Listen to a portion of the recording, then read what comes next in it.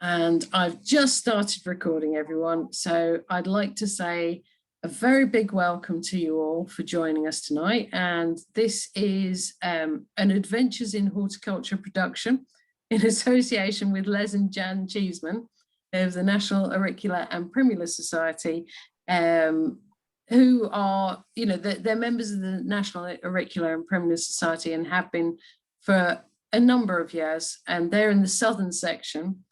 And part of the reason we're doing this tonight is to bring up everyone's knowledge of how to dress show primulas, but also to bring up the knowledge of the various societies that you can join in which you can show your primulas. So there you go. And at this point, I'm going to shut up and it's over to you, Les. Right, thank you for that. Well, I think the first thing I have to do is say 1 or 2 thank yous.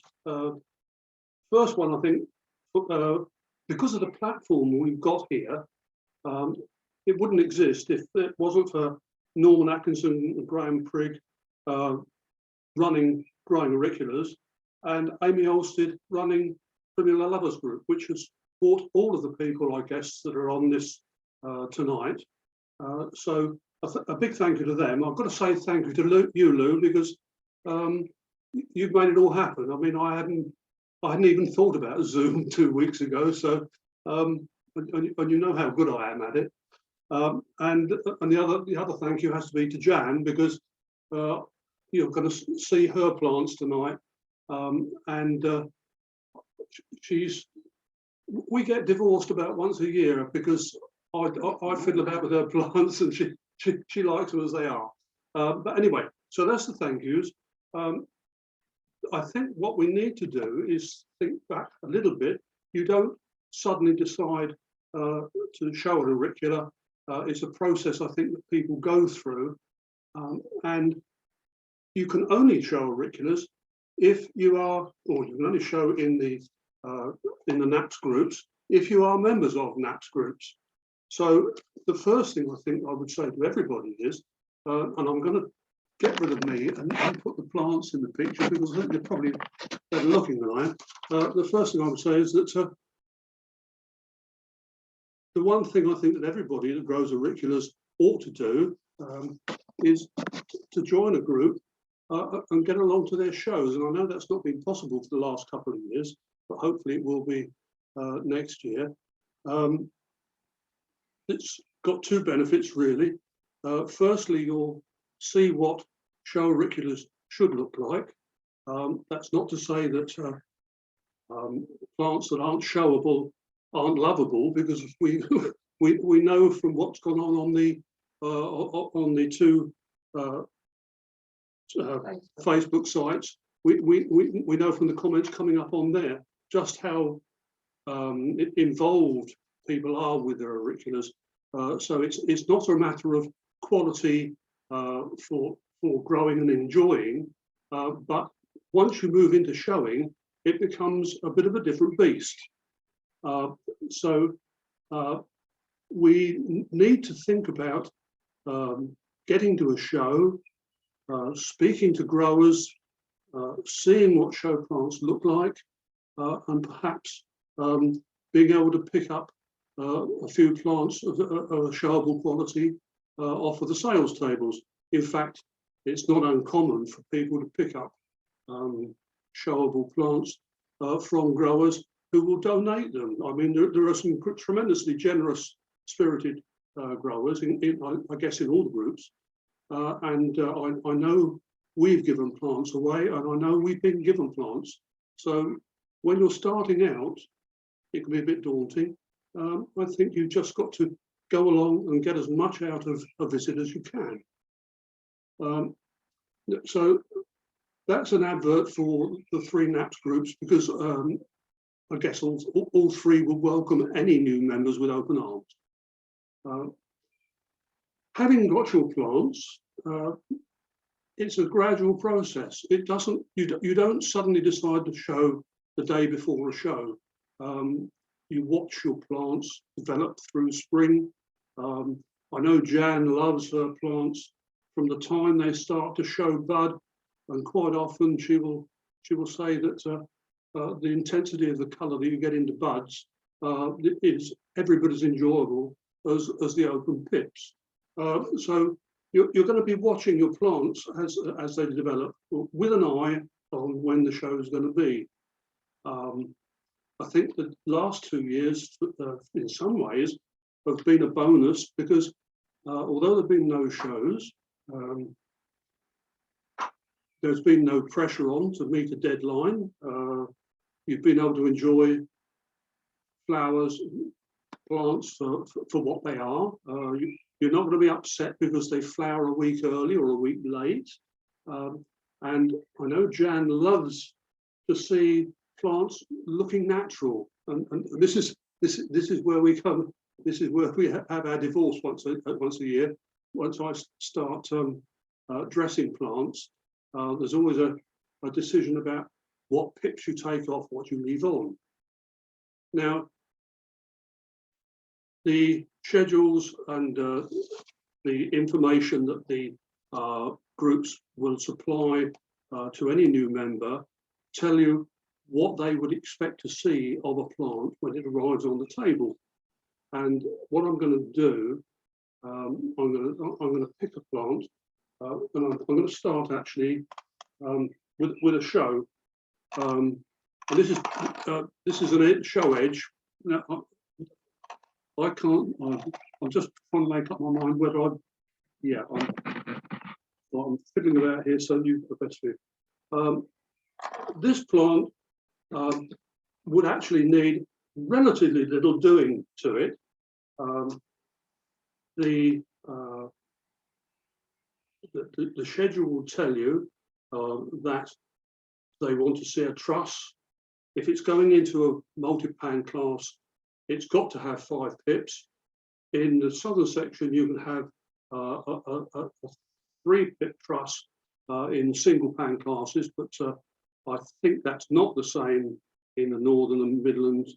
And I think, I don't know whether there's anybody on here that shows in the northern or Midlands that can actually tell me whether I've got that right. But I believe they require 5 pips in all, as a minimum in all classes. So here we have a show auricula, an edged show, and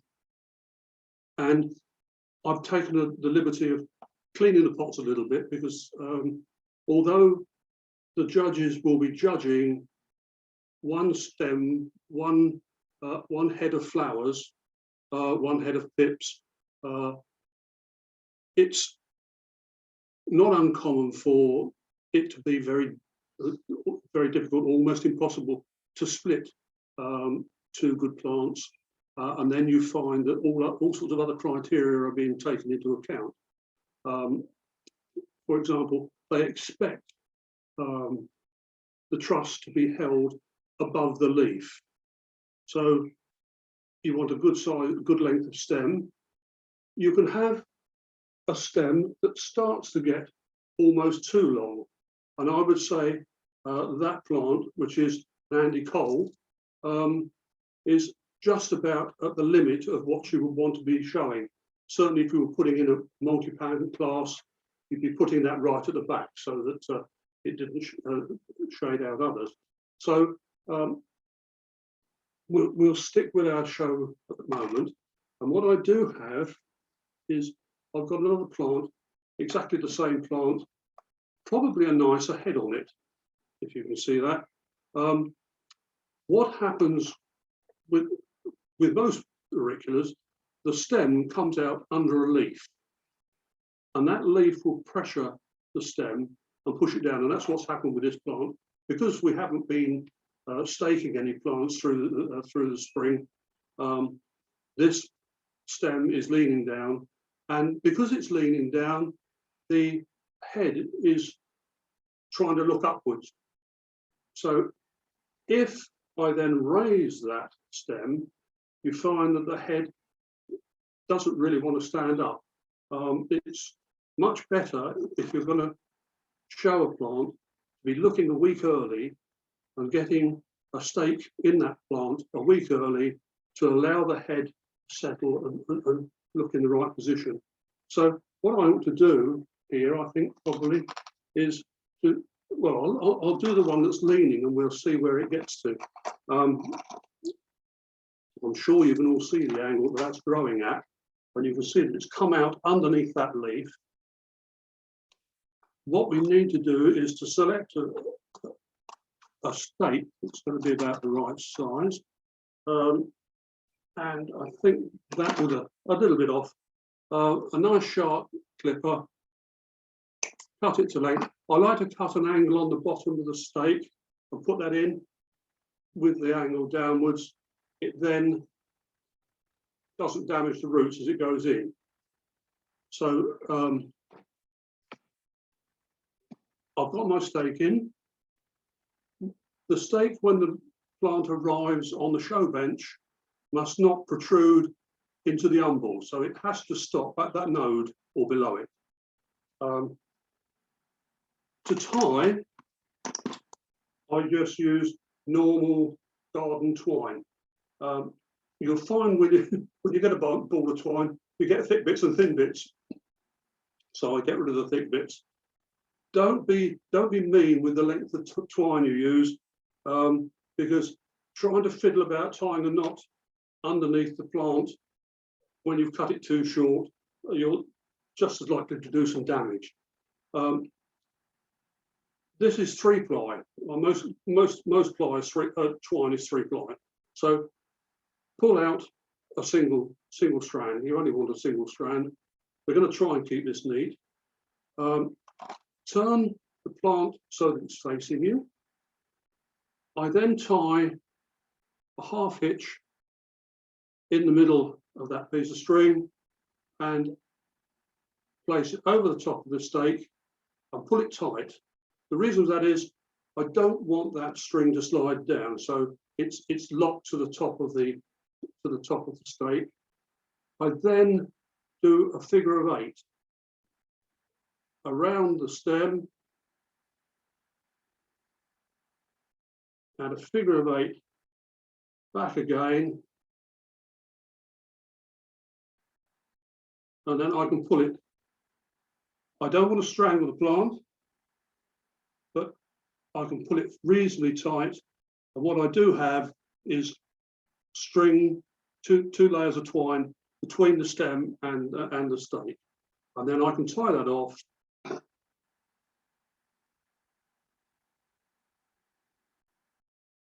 And trim it back fairly tight so that it's fairly neat. Now, you can see straight away that that truss wants to look down. It may well be that putting another tie, yes, it probably will. Putting another tie halfway up that stem will pull it up a little bit more.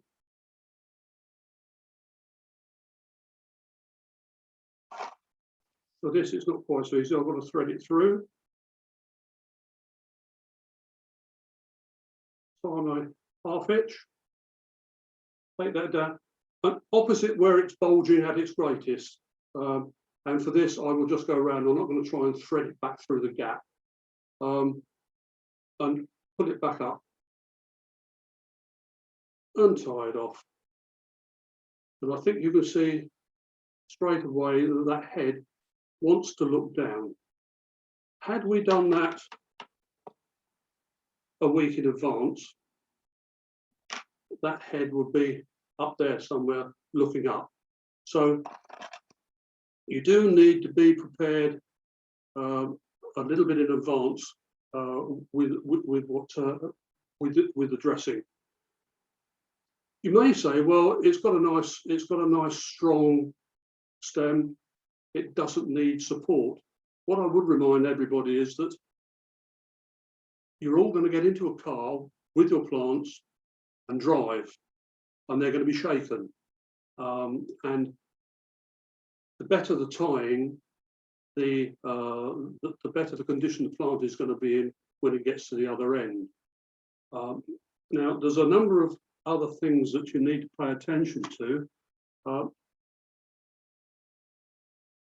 These are good sized pips, and the footstalks are quite short, so the pips just overlap. And I would suggest that with a little bit of movement, which you can do as you put the plant on the bench, on the show table. I would suggest that you can just about settle that into a nice pattern.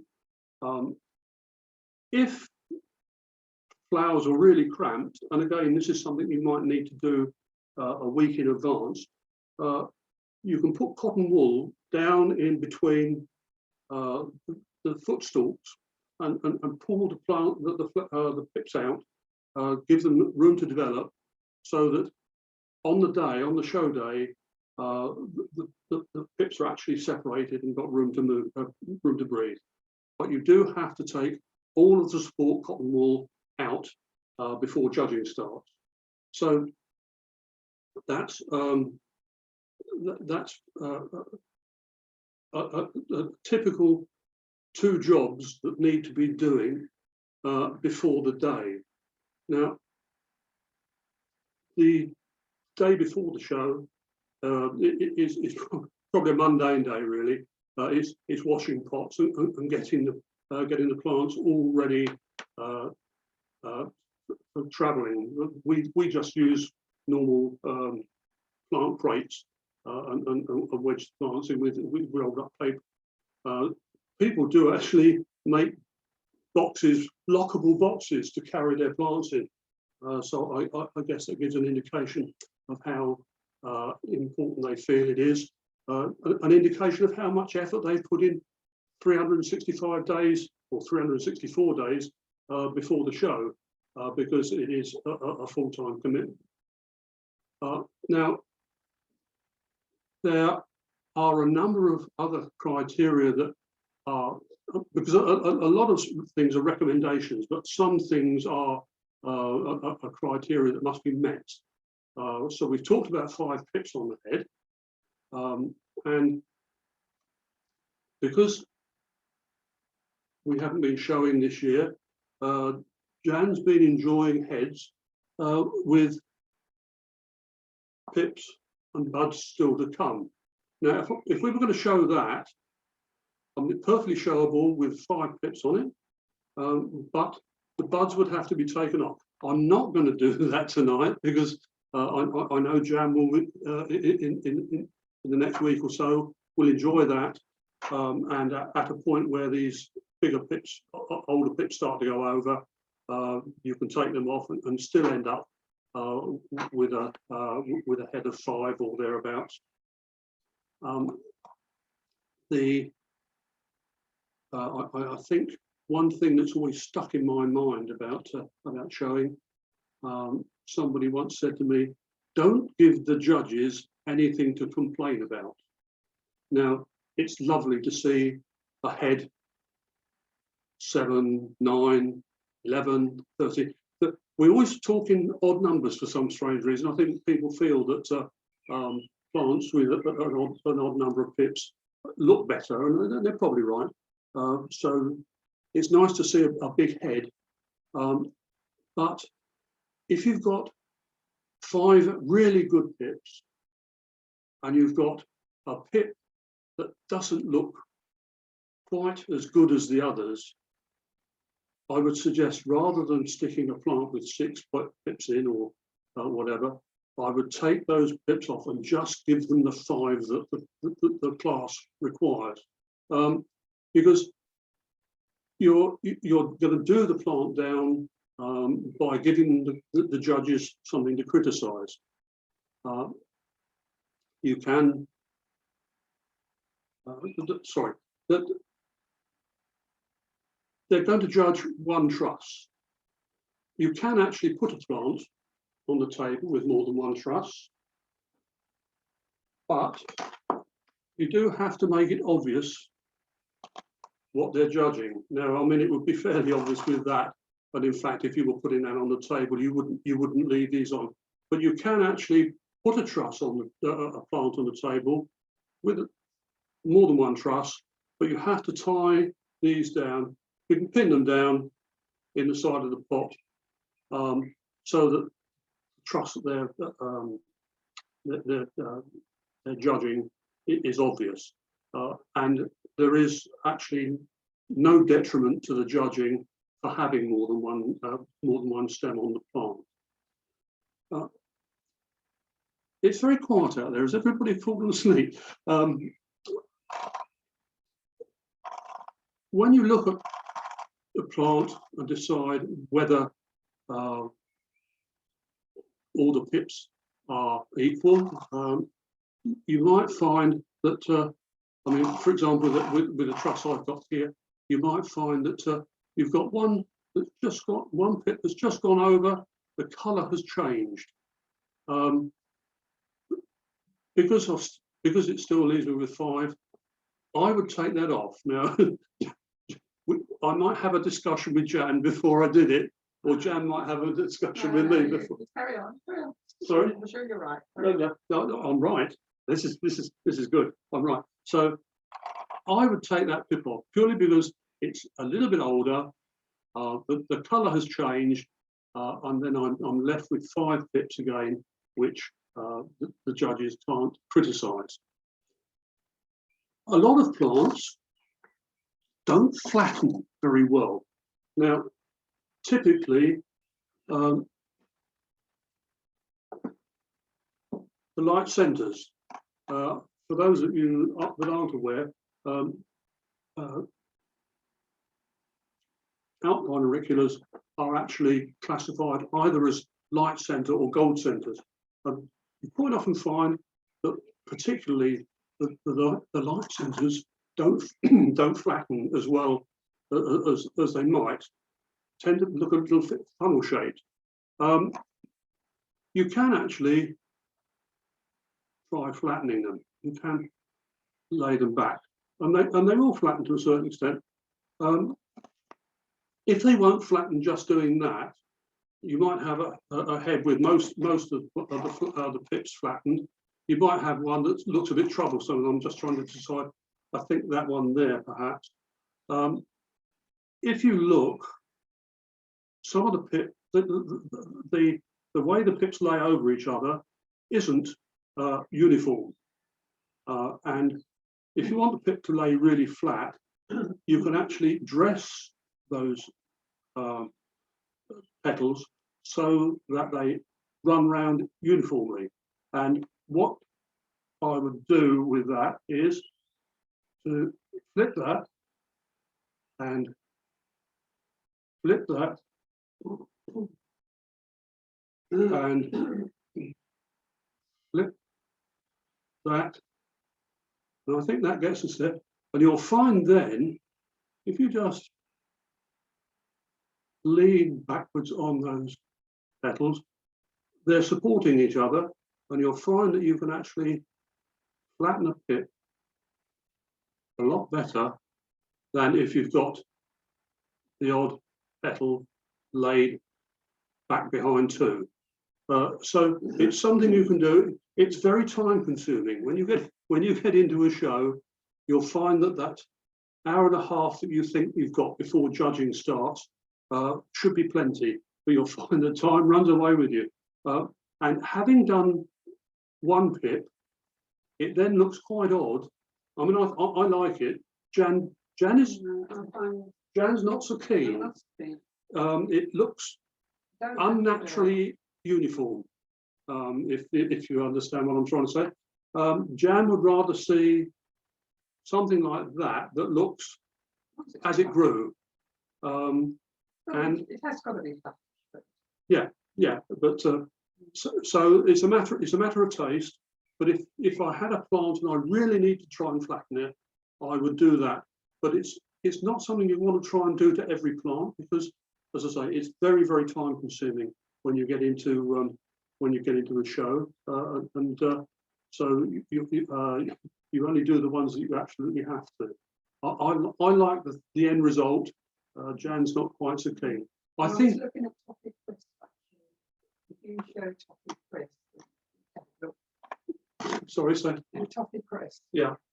You know, you could just flatten that. You don't need, because it's quite attractive as it is. Yeah, Jan would like to see that just flattened. This is Toffee Crisp. I think it's one of the really nice coloured dog centers, and you can flatten it. But I would contend that that pip there, with a petal stuck way around the back and another one there stuck way around the back, it's pushing this petal out, and it's going to be almost impossible to get that to lay down. So I would be tempted to do that, even if I leave one at the back, so that it's more or less round. It just stops that petal from sitting up. Now, what haven't we covered? They don't like labels, so you can only have one label in a pot, and normally labels are supplied, and you hang a label on the front of the pot with the name of the plant on it, and so you take labels out, and it's a problem, because if you take labels out while you're at a show, and then when the show finishes, they want your plants off the table as quickly as possible. So all your labels end up in a box somewhere, and all your plants come home without any labels. We know, we've been there, and it creates all sorts of problems. So it's worth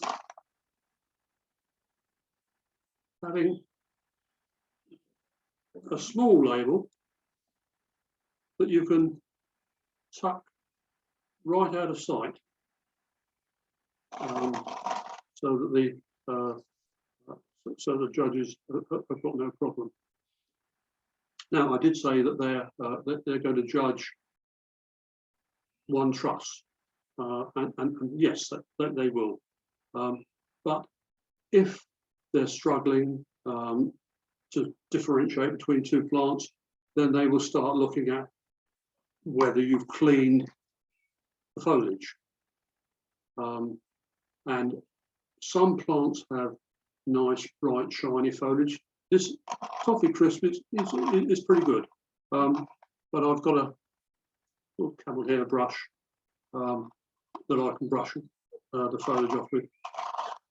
You can, if you want to, you can get a little bit of shine on a leaf by brushing on some milk, by using a cotton bud, just dip it in milk and brush the leaves with some milk.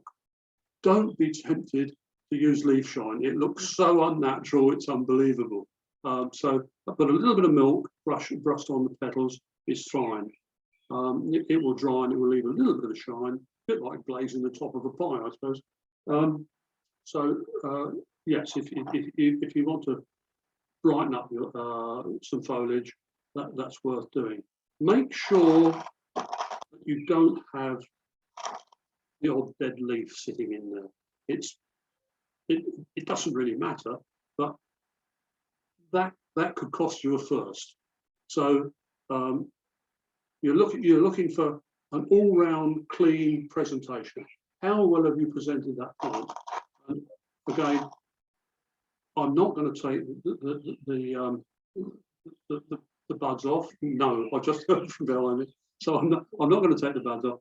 But what I will do is I'm going to stick a stake in that, and again, it's a matter of finding where you can get the stake in between the leaves. Get it to the right level. I've already separated some twine out, and we will just quickly stake that now. Now, I'm interested to know, purely because something came up and it's been discussed on the groups quite a lot, and that's this business of bent metal stakes. I hadn't come across them in auricular circles. I've certainly never seen it in the southern section on the show table, but does anybody know whether that is acceptable in the other two groups? Then anybody tell me that? No? Oh, I don't see any apparently, reason sorry why. to interrupt. James can apparently tell you. So if you'd like to unmute James. So Oh, there he is. Hello, James. I didn't know you were in. Yeah, I've sneaked in under cover of darkness. Oh, right. Okay. Well, Yes, well, I first came across this with Bill Lockyer, and because when we did the thing at Chelsea, when we did the stand at Chelsea, we needed at least 100 plants on the theatre. yeah. And to tie them all up, of course, is a complete nightmare. So it's a And time thing, especially really. if you had to change plants on a day-by-day basis, if something went over, Yeah. and you've got to bring in, some more. So Bill came up with this idea, and it's essentially 2mm brass piano wire that we use. Yeah. And of course, it's not shiny brass; it dulls, so it doesn't really show up. And I used it at one of the Northern Society shows, and it was perfectly acceptable. Yeah, I could see no reason why you shouldn't. So if you're pre-prepared and you've got a stock of these things, I guess it would be just a perfectly acceptable way of doing it. Yeah. Yeah, I think so. I've certainly not come across anybody who said you can't do it. So. Well, it does. As I didn't want to say yes, do it, because I've not come across it. But to me, it doesn't seem to contravene any of the requirements that the show schedules make for how the plant is presented. So long as that wire is below that node, then I think yes, you're right. It's probably perfectly acceptable. Yeah, I think one of the tricks that, again, at things like Chelsea, where you're not being judged in the same way as you are at a NAP show, you can actually push the wire up a little bit so that the loop helps the truss to sit better. Yeah, in a show that's the truss together. Yes. Yeah. Especially if you've got a plant that's got very long footstalks on it, and you want to kind of bring it together more. Yeah, well, of course, long footstalks are always a problem, but I'm not sure that judges wouldn't actually spot what you've done there. No, absolutely. No, you couldn't do it in a show. No. The temptation might be there, but I think you might get caught out. Yeah. Okay. Well, thanks for that. Right. That's brilliant. Thank you very much, James. Yeah, that's good. Now, up to now, we've looked at show edges and we've looked at alpine auriculas. There is one classification that you can do almost nothing about, and that's grey-edged. They're covered in farina, and this is going to be an absolutely stonking little plant when it gets going. It's well on the way, but it's not there yet. And you almost can't touch that, because wherever you touch it, you're going to knock the farina off and you're going to spoil it. So all you can do is sit and wait for those pips to open and flatten, and hope that at least one of your grey edges or more does it on the day of the show. It's even difficult trying to put a stake in, because you're permanently knocking.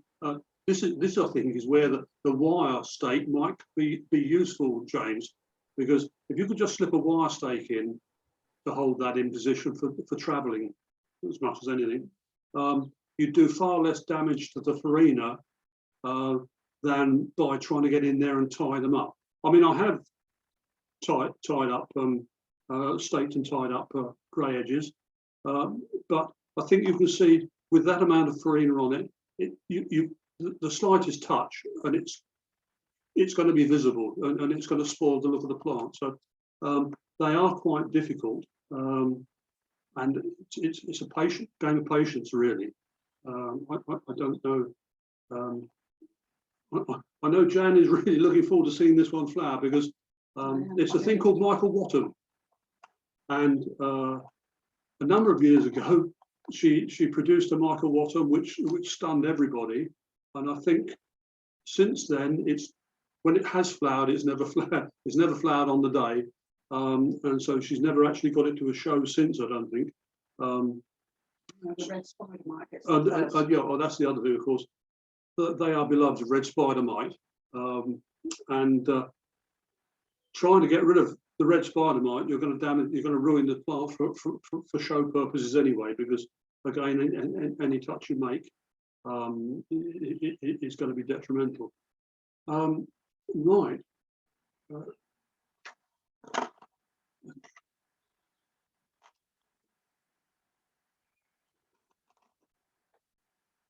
We took a truss off of this a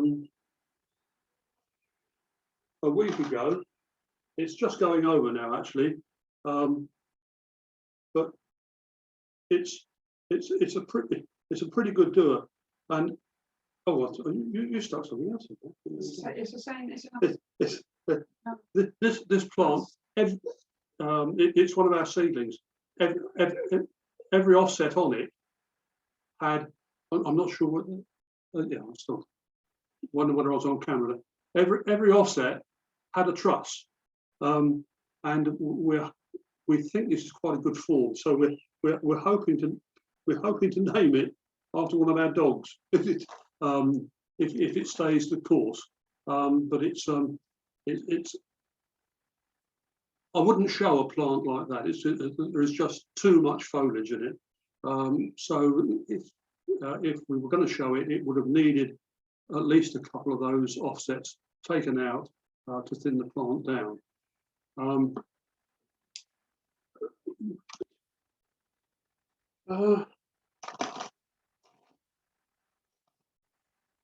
Show selves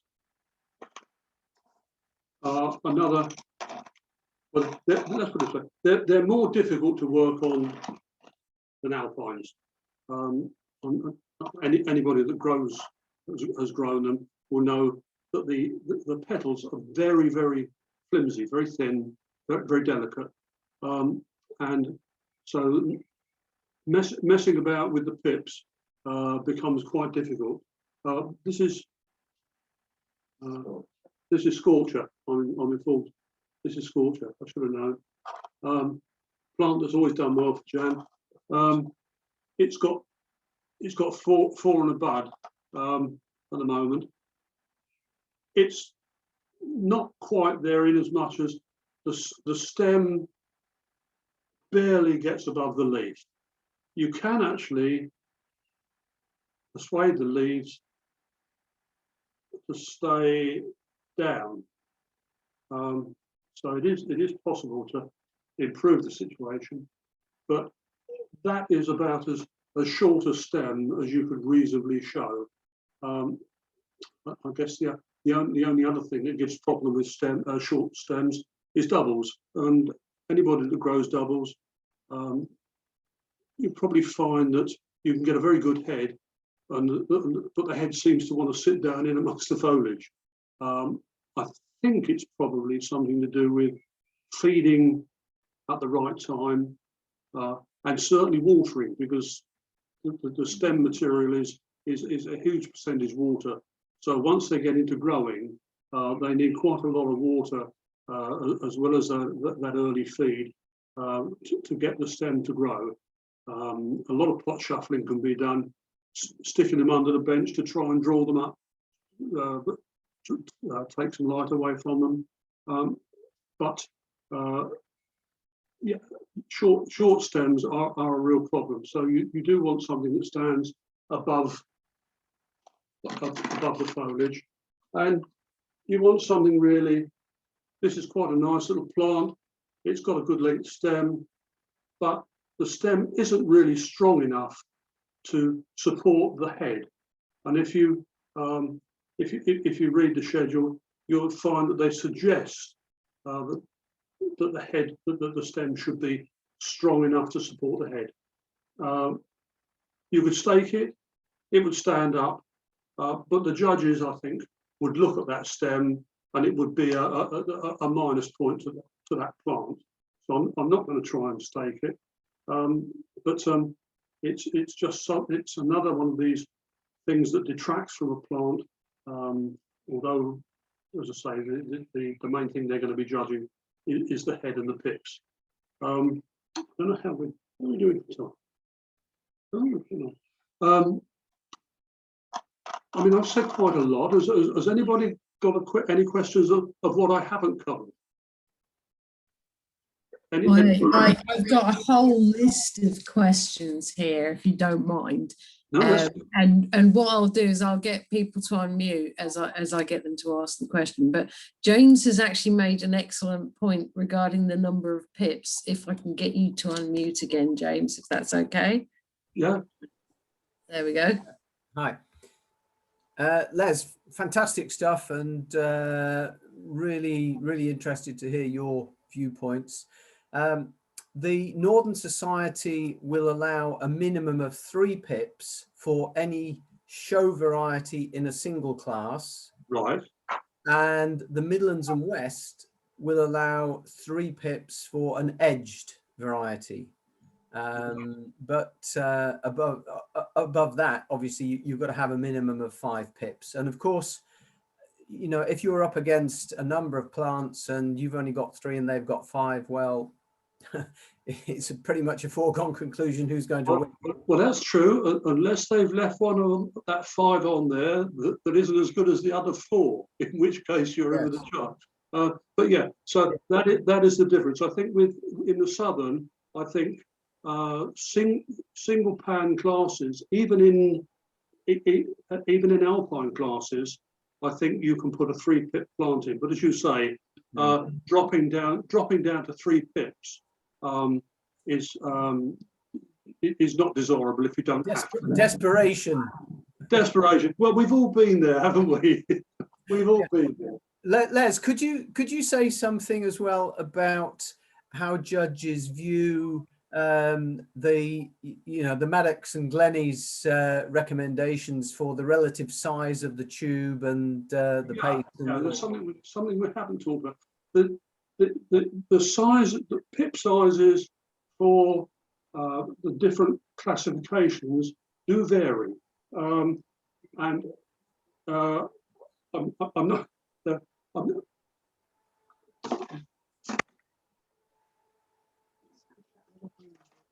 One thing I would say is that not all of us know what Maddox and Lenny is. Basically, the first thing they're going to look at is proportion, and we tend to have a tube, which you could say is one, a paste ring, or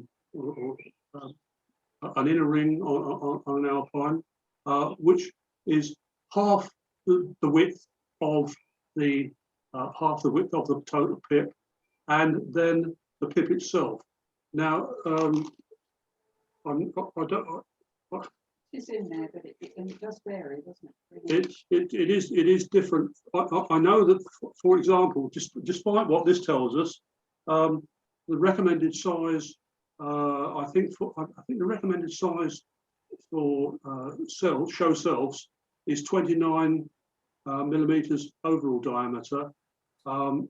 It's then slightly bigger, I think, for edges, and for alpines it's about 32. So there is a slight difference in size between the show edges and the other classes, but they do expect to see 3 nice rings, as even as possible, nice even paste in the center if you're talking about a show, but complete circles. So things like notched pips. Now, there's nothing wrong with notched pips. If you've got a plant and you like it, it's got notched pips, then it's a good plant. But if you want to show it, the judges probably aren't going to agree with you. So for showing, you do need to study the form of the pips a bit more, and Starry Centers. I'm pleased to say that Jan hasn't got a Starry Center here, so I can't. But I'm sure you've all grown auriculas with a Starry Center.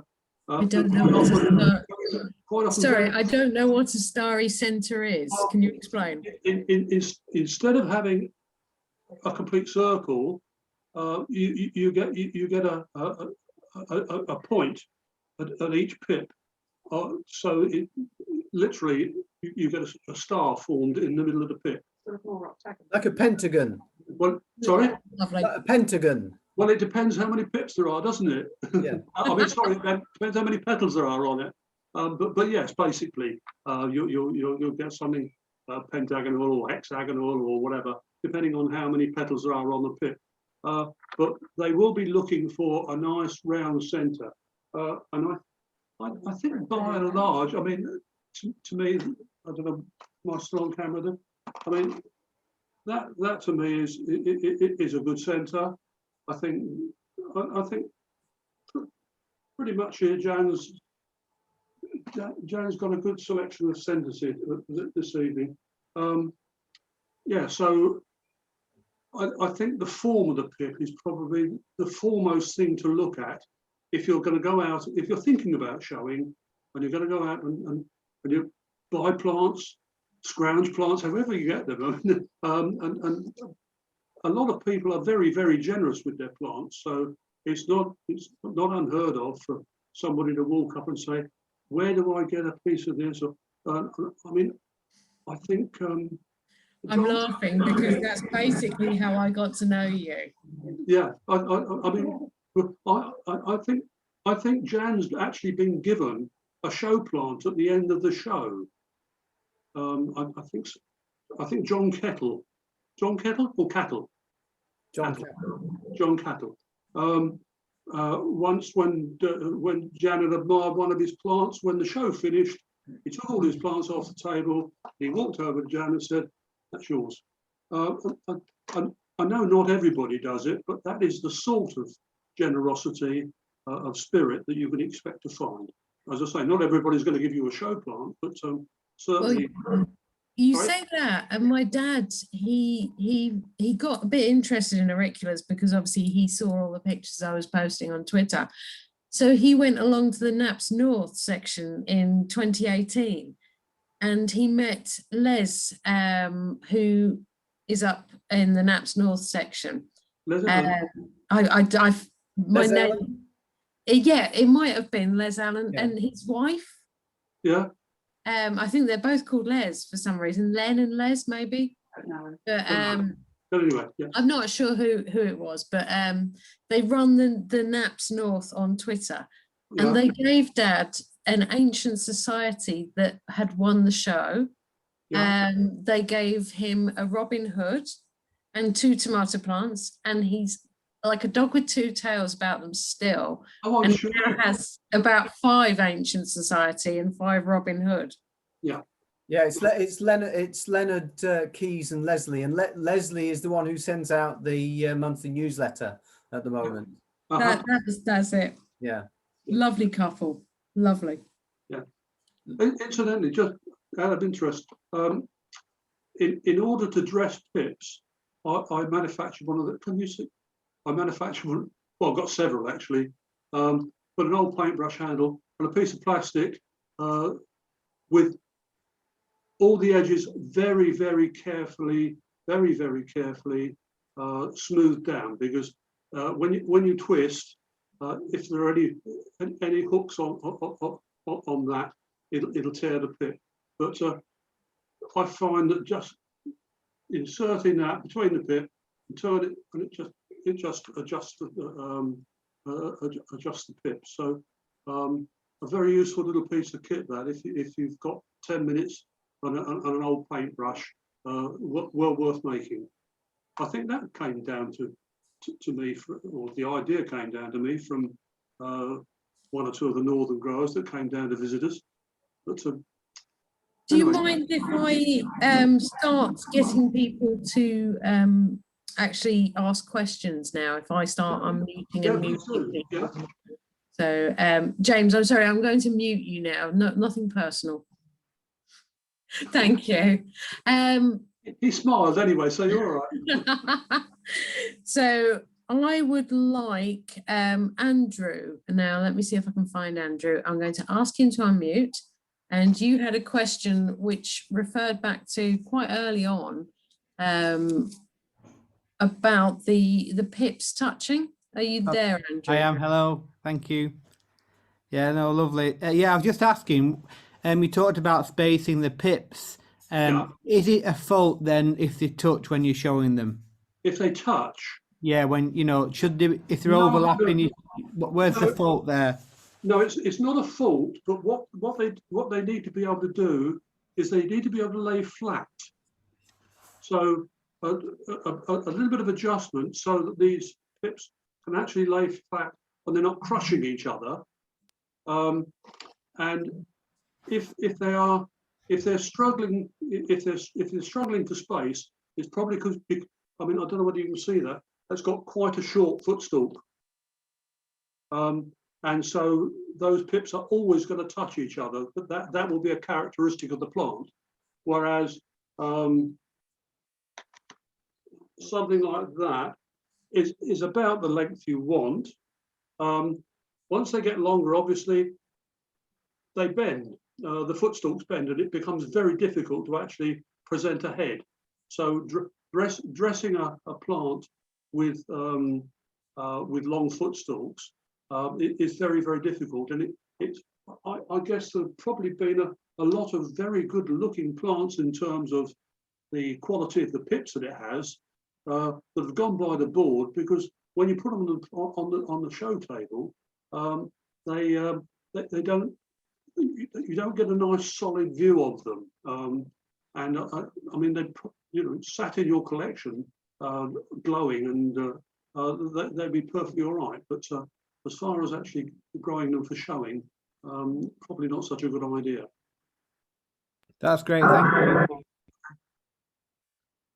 And the next question comes from Danny. If you're there, Danny, can you unmute?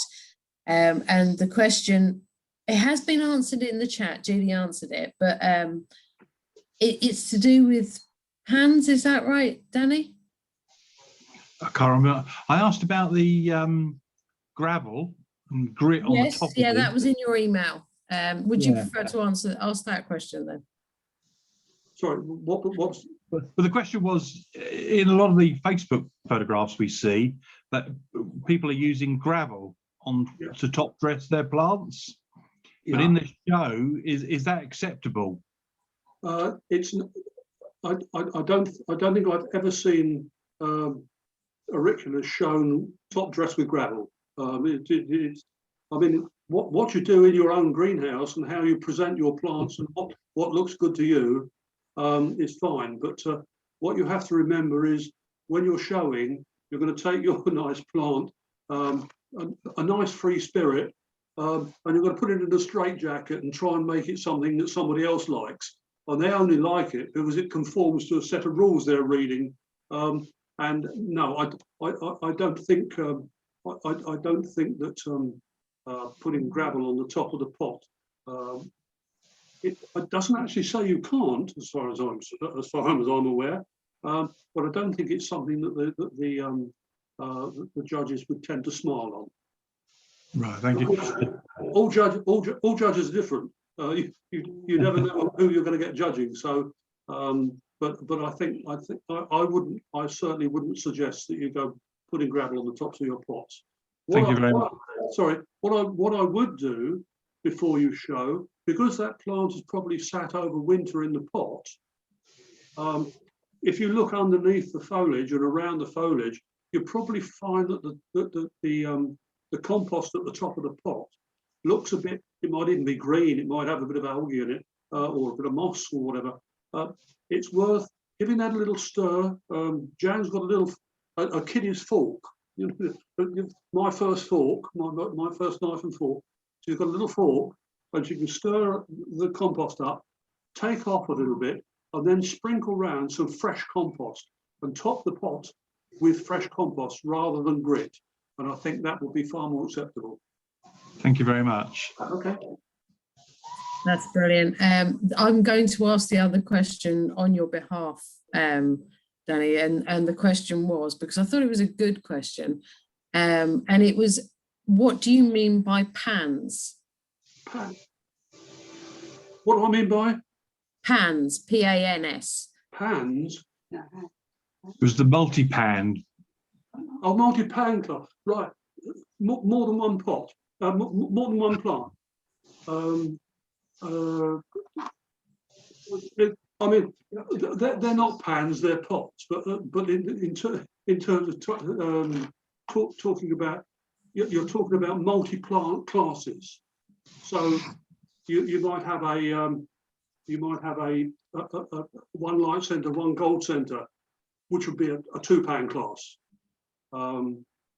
So yeah, it's just a word, but they're pots, not pans, really. But would they be presented in one container? Is that what we mean by a pan, a container? No. When auriculas are always shown one plant, one pot, and so if you've got a 6-pan class, you would have 6 pots lined up, one behind the other. And what you would do would be you put your tallest plant at the back, and you bring them down to the shortest at the front. And you might have some fiddling about in the middle because you wanted a really nice plant fairly near the front. But by and large, you work from tallest at the back, shortest at the front, but it's 6 separate pots. That's brilliant. Yeah. I think that explains it in a way that my sad, sorry brain has actually managed to understand, and hopefully everyone else's has. I think probably everyone else grasped it before I did. I'm going to try and unmute Sarah Green. So let me find, I'm not sure if you're here, Sarah Green. Are you? Yeah, hello. Oh, there you are. Sarah, you've changed. So you sent me an email with a question in about leaf curl. Yeah. Yeah, but how can you prevent leaf curl, especially when the plants are coming into flower? I find that. God, sorry. I find that as the plants are coming into flower, the lower leaves on the plant are curling up on the edges. And I don't know whether that's overwatering or underwatering. Well, it's probably just the nature of the plant. I mean, is that what you're talking about? You'll have to lift it up a bit. Sorry? Can you lift it up a bit? Oh, sorry, yeah. Yeah, so it's almost like they're falling you into, like they're wilting. Yeah. As long as it's still crisp. Yeah, the lower leaves have a tendency to do that, and I would just lift them and rest them on the edge of the pot. Okay, thanks. I mean, it doesn't. I mean, that one started to go yellow, so I might. It depends on the size of the plant. I might be tempted to take that leaf off, but if the plant wasn't a huge amount of foliage, I'd be in a bit of a quandary there. But yeah, so I just work around the plant, lift them out. That one's not quite long enough to go. But you do be careful when you walk. Look at that one. Yeah. Jan's. I think when you're watering, you've got to be careful. I tend to make sure, try and get those leaves at the edge of the pot so they don't sit where you've watered. Don't have them sitting. Don't have them sitting in actually down in the damp compost. Is what Jan's saying. And how many days before a show will you do the watering? Do you water right up the day before? Yeah, but bearing in mind that the plants are going to go into a warm room on a tabletop, then you're probably. I mean, I think what we tend to do is to go around and water everything the night before, just before we put them into the crates, so that we know they're all soaking wet, and I mean quite a good watering, because they're going to dry out very quickly the following day. That's great. But do it early enough that you don't end up pouring water in the back of the car, because there's nothing more annoying than puddles of muddy water. Hello. Nothing more annoying than puddles of muddy water in the boot of the car. Okay, that's good. Thank you. Thank you very much. So my next question comes from Graham, and I'm going to ask Graham to unmute, and I'm going to, oh, you've already muted yourselves, Richard and Sarah, thank you. So Graham, would you like to ask your question? Yeah. Just say thank you to Les and Jan for today as well. Absolutely really enjoying this. So thank you very much for your time and efforts on that. Brilliant. Well, Absolutely brilliant. Great. After our previous words, I'm very glad to meet you in person at last. Yeah, it's a water under the bridge, Les. No, I say it's just nice to meet you in person. And you. As near in person as we're going to get. Really enjoying your talk tonight. Really enjoying it. I'm sort of a bit. I've got my book here from the Midlands and West, and it's telling me all the rules. And I just would you mind just going through some of the things like the anthers and the pistol? I kind of know what they are, but I just want to make sure that I've got the right things that I'm looking at. Does that make it's going to be a really novice question to everyone, so I apologize about this. There's no such thing as a novice question. I know kind of what the petals are. I'm pretty good on that, but just some of the things like I'm seeing here, the anthers, the tube, the pistol, yeah, and things like that. And my other question, so if you could go through those, that would be great. And the other thing was, so with the leaves, if they've got maybe veins on them or scars, or how much do the judges take that into account as well? If one have got scars on them, the leaves, you know, if they're a little bit rough around the edges, maybe. Well, we're back again to this business of you judge the truss of pips, and then you start to look at other things that are detrimental to the overall effect. So right. if you had a really good truss, but you've got a nick on a leaf somewhere, but your truss was obviously better than other trusses in that class, then you'd probably get away with that.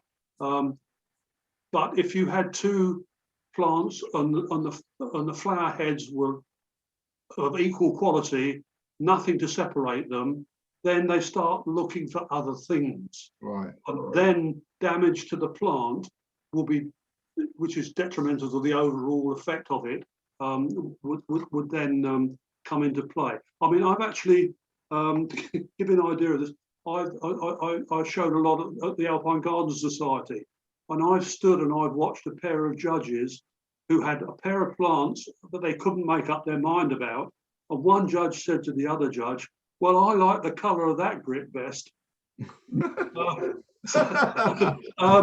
So really, I mean, you're asking me to best guess what's in the judge's mind, you know? Yeah.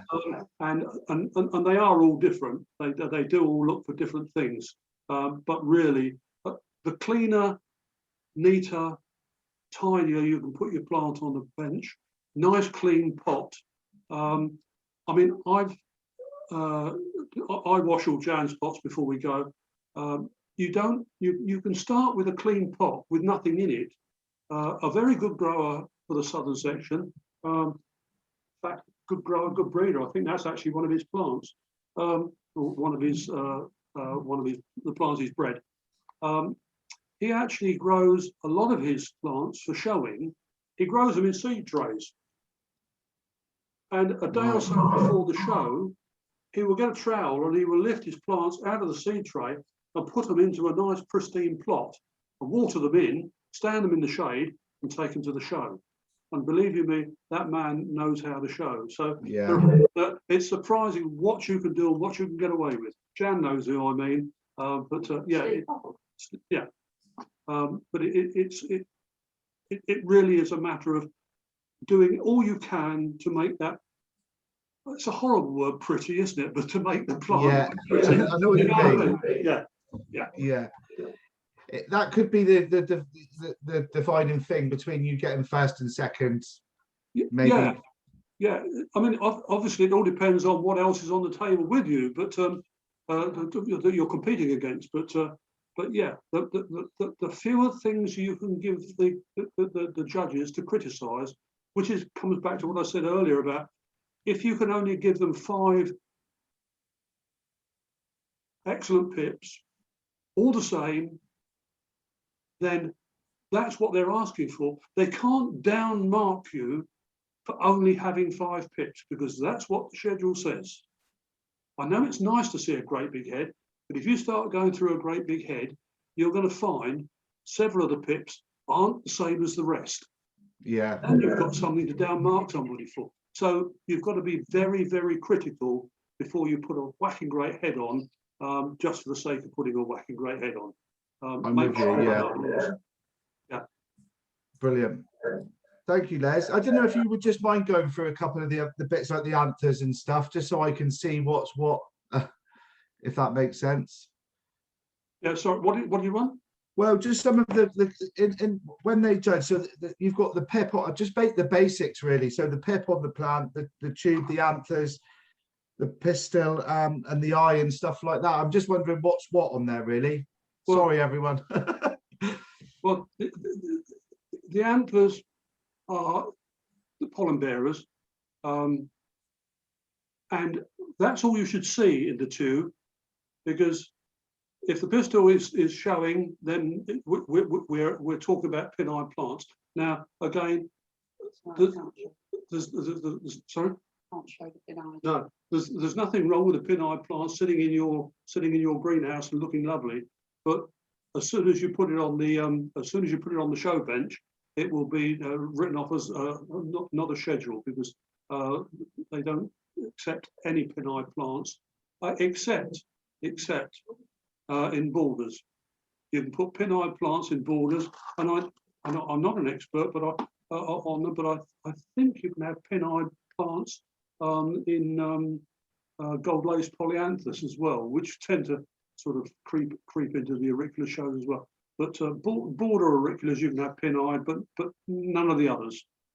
Okay, so the anthers are what covers that in a good acceptable pan. Is that right? Sorry. Yeah, if you look into the tube in the centre of the plant, you should see a ring of anthers, and they should actually virtually block off the tube.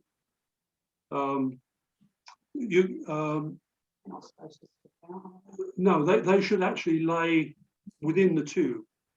The other thing that you will find, occasionally you find a plant tries to double.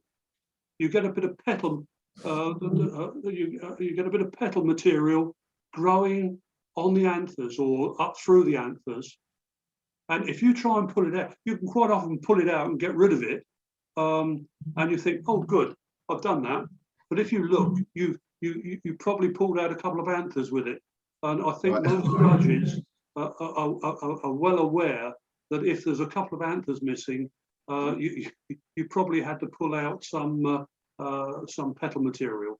I mean, sorry to interrupt. What I'll try and do, if that's okay, Graham, is I've got a load of botanical books, and what I'll do is I'll take a picture that basically tells you about the stigma, the style, the anther, the petals, sepals, tepals, etc. Yeah. And you know, I'll post that up on the Facebook page, and then you can take that. Yeah. It's not me. Yeah. But don't tell the authors, because I'll get done. No, it kind of it answers my question. I'm just going through what's in my book here, and that's brilliant, Les. Honestly, it was the anthers that threw me off a bit, but thank you so much. So sometimes some of the technical terms can put people off and scare people. And I know myself, I know the botanical terms, but the actual show terms are scary. And in the nicest possible way, that brings us back to what James has just said in the chat. And James, if you'd like to unmute, you've got quite a few things which would be useful to all of us, if that's okay. Yeah. The very first time that I was thinking about showing a few years ago, and Les has already mentioned this gentleman, John Cattle. John is the only person to ever win the sixes, which is for alpines, where you have to have 6 plants. He's the only person to have won all 3. So at the Northern, the Midlands and the Southern in the same year. And when I was talking to him, John said to me, well, you know, have a go, because if you don't have people who come 2nd and 3rd and 4th, it's not a competition. You haven't got a show, have you? you know, you haven't got a show. So, you know, and Les has been through a fantastic presentation and lots of technical information. But, you know, really the way you find out is by going and having a go at it and turning up at the show with your plants. And before you put them on the bench, there'll always be somebody who will turn to you and say, oh, it'd be a good idea if you just took that bud off, because if you put it in with the bud on, then you know you're not doing yourself any favors. Or if you've got two trusses, you know, you need to bend one of them back. You'll always get people who will help you if you go to a show. Yeah. Actually, it's something that I've seen happen in Alpine Garden Society groups, but I'm not aware that it's ever happened at NAPS groups, but I think it should, and it shows, and that is to have almost a visitor liaison person, somebody identified so that a new grower or a potential new member can be taken round, shown what's going on, introduced. It's possible that people can walk away from a show saying, "Oh, it's a bit clicky." It rarely is, but people are very focused on what they're doing. But if they're made aware that somebody wants some information, then you normally find that somebody there will help. I mean, we've quite often had people come up to us and want to sit. I mean, even while we're trying to dress our plants and get them on the table, you'll have people asking you questions. So, and you answer them. Or you say, "Could you give us 10 minutes to finish this, and then I'll find you and come back." But yes, there is. It's actually far more relaxed than it seems, and it's far more welcoming than it might seem when you go in as an individual. One of the things that you can do is you can offer to go along and be a support, if you like, to the judges, and you can go around with a judge. And that's a really great way to learn, because the judges will point out to you what it is they're looking for in each plant. And I know I've done that at the Southern Society before now, and it's a great way to learn. But you don't really volunteer for stewarding. Volunteer for stewarding is a good way of doing that as well. Yeah, because these groups are always looking for people to do. Stewarding is just sorting out the paperwork after the judges have moved on, but you get to stand and watch the judges and watch their thought processes almost, and the discussions that go on between them as to why one plant wins as against another. Because sometimes when you come along and look at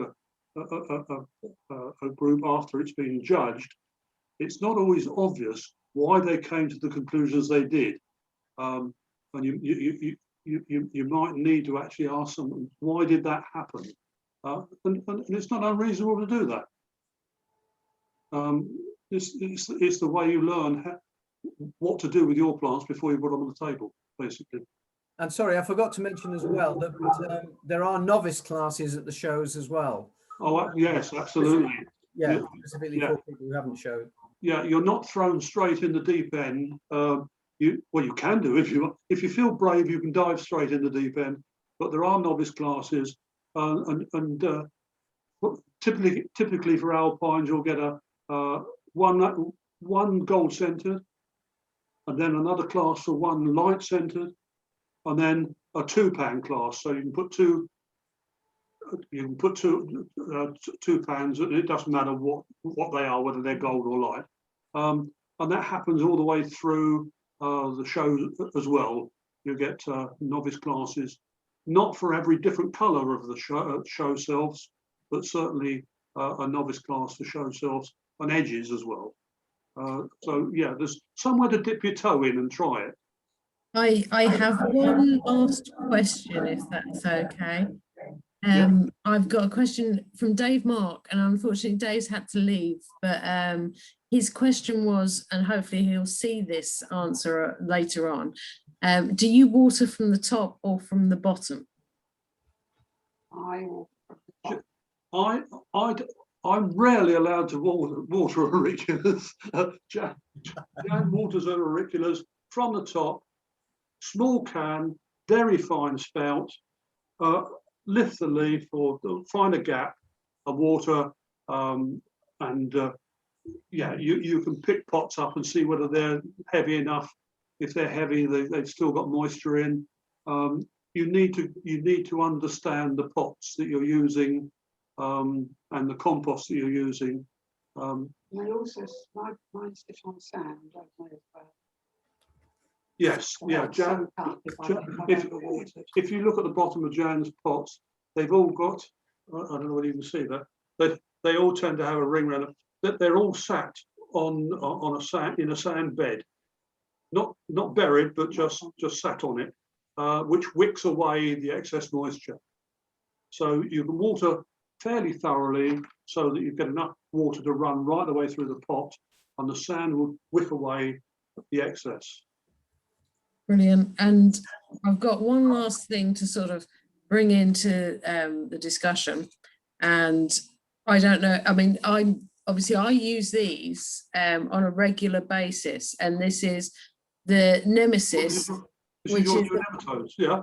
Yeah, so I mean, literally, I've just used these today because I know damn well I've got vine weevil, and I love these to bits. The only downside is obviously you can't, and we've talked about this, is sometimes you get root aphid. And of course, if you're using this stuff, you can't use any pesticides because that will kill the little predators. Yeah. So it's just a case of working out, your best ways of doing things. Can I ask a question at this point? Yeah. Because we've never used nematodes. Are they suitable for use for plants out in the open? Oh God, yeah, absolutely. So at work we buy, this is the tiny pack because obviously I haven't got much to treat, but at work we've got 11 acres of which 5 or 6 is, sort of quite formal. And we've got Demeras and Heucheras and all the lovely tasty things, Aeoniums and that. The vine weevils absolutely love. It's like a candy store to them. And so consequently, I will water different areas of the garden. And in the White Garden, for example, we had, it's now Pseudofumaria, but it was a member of the Dicentra family. Anyway, it was going backwards and it was getting eaten alive, and we worked out that we actually had massive amounts of vine weevil in underneath that and underneath the astrantias. So I've started treating in the open ground and it's working. It's amazing. Oh, good. So I love it. You just mix that into a water in. Yeah, I mean, on this particular one, it says make up a stock solution of 1.5 liters. Basically, you mix it's like a weird greasy wax that they come suspended in, and you mix it up in this water, and you've got what's known as a stock solution. Then you get 400 milliliters of your stock solution, and you mix it up into 10 liters, which is an average big watering can is about 10 liters. Yeah. And then you just water it on, and I stand everything that I'm watering, the pots, in a little reservoir so that I can reuse the water that comes out the bottom, just in case that's still got nematodes in. So on the other hand, with Jan's system, where she stood on sand, that would be perfect. It would be useful to have the nematodes in the sand, wouldn't it? It really would, because then they could transport themselves in and out of the pots. Okay, good. That's useful, thank you. Yeah, we'll talk to you again about that then. Brilliant. Has anyone else got any questions that I haven't asked to unmute at this point? I can't see anyone, but I also have one last question, and it's actually to Graham, and that's, what's the auricula you have sat on your desk? Oh, I've got to ask you to unmute. Yeah. So this one is Elsie May, which I'm really proud of. I had this one since it was tiny.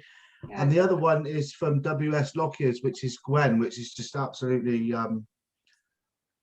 unbelievable. But I brought it so I could look as I was hearing. But yeah, fantastic. So this one's Gwen, and this one is Elsie May here. Oh, You right. have excellent taste. Yeah, I mean this Gwen is just when I first got into Auricula, I saw Lockyer's at Chelsea, and that's what got my bug for it. So to now have one of these sat on my desk, yeah, I love it. I love it. Yeah. I suppose I should say to you, it's magic. Yes. Yeah. Well, I'm a bit quiet at the moment, so I'm not enjoying my Auricula. Can I just put in a mention for Richard's plants behind him? I think he must be sat in his greenhouse. No, Where no, are you, Richard? no, I'm actually in the house, and we've got renovation going on, so that's a picture behind me. They don't look like that anymore. It's just Someone is wallpaper. very good at using Zoom, basically. He knows his virtual backgrounds. Oh, yeah. Yeah, what a good idea. Oh, excellent. So thank you. I'm going to have to cut everyone short because we've had an hour and a half of your time now. Well, So I've just got to say thank you to everybody who joined us tonight, and thank you for all the marvelous questions and information from yourself and from James and everyone else who's joined in. Thank you. Thank you, Les. Thank you, Yes. Jan. And thanks for organising it, Lou. Yeah. yes, thank you. Well done. Yeah, I thank don't you, do Lou. anything. I just sit here. That's all I do. Brilliant. I'm glad everyone's enjoyed it, and I will be vetting it past Les and Jan to get their permission, but hopefully, fingers crossed, it'll be up on YouTube later. So thank you very much. Thank you, Lou. Thank you. Cheers. Well done. Bye all. Bye. Thank you. Bye. Bye.